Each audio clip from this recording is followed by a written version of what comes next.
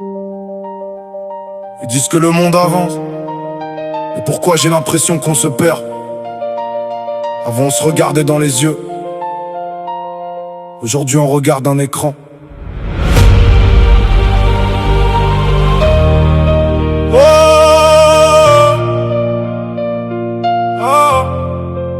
J'ai grandi dans un pays où les anciens laissaient leurs portes ouvertes, où le voisin connaissait ton prénom avant même ta naissance. Les enfants jouaient dehors jusqu'à la tombée de la nuit, et la seule peur qu'on avait c'était de rentrer trop tard pour manger. Les bancs des villages racontaient des histoires de solidarité.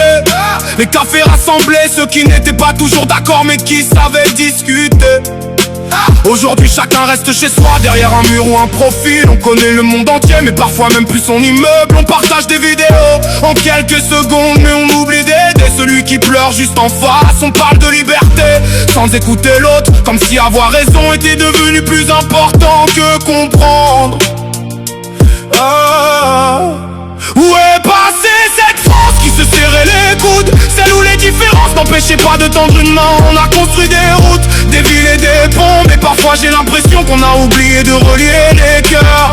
Je rêve d'un pays où l'on débat sans se détester, où l'on avance sans laisser personne derrière. Parce qu'une nation ne tient pas seulement par ses murs, elle tient surtout par les gens qui choisissent de rester unis. Les écrans brillent plus fort que les étoiles.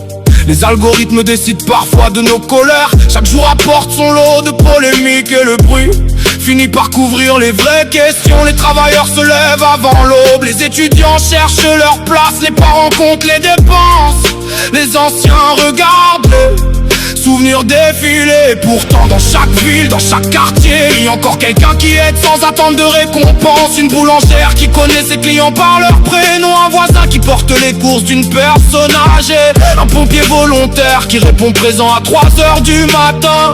C'est peut-être là que la France existe encore. On nous pousse à choisir un camp, à mettre des étiquettes sur chaque visage. Mais avant les opinions, les métiers ou les origines, il y a des familles, des rêves et des êtres humains. Je ne veux pas vivre dans la nostalgie, ni croire que tout était parfait hier.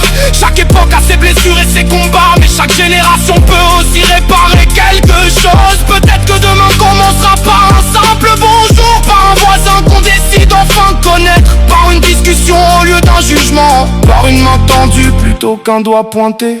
Parce qu'une société ne se construit pas seulement avec des lois, elle se construit dans les gestes qu'on répète tous les jours. Et si chacun rallumait une petite lumière, alors même les nuits les plus longues finiraient par s'éclaircir.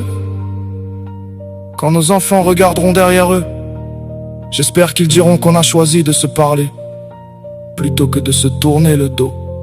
Car la vraie richesse d'un pays ne se compte ni en billets ni en monuments. Elle se mesure à la force des liens entre ceux qui y vivent.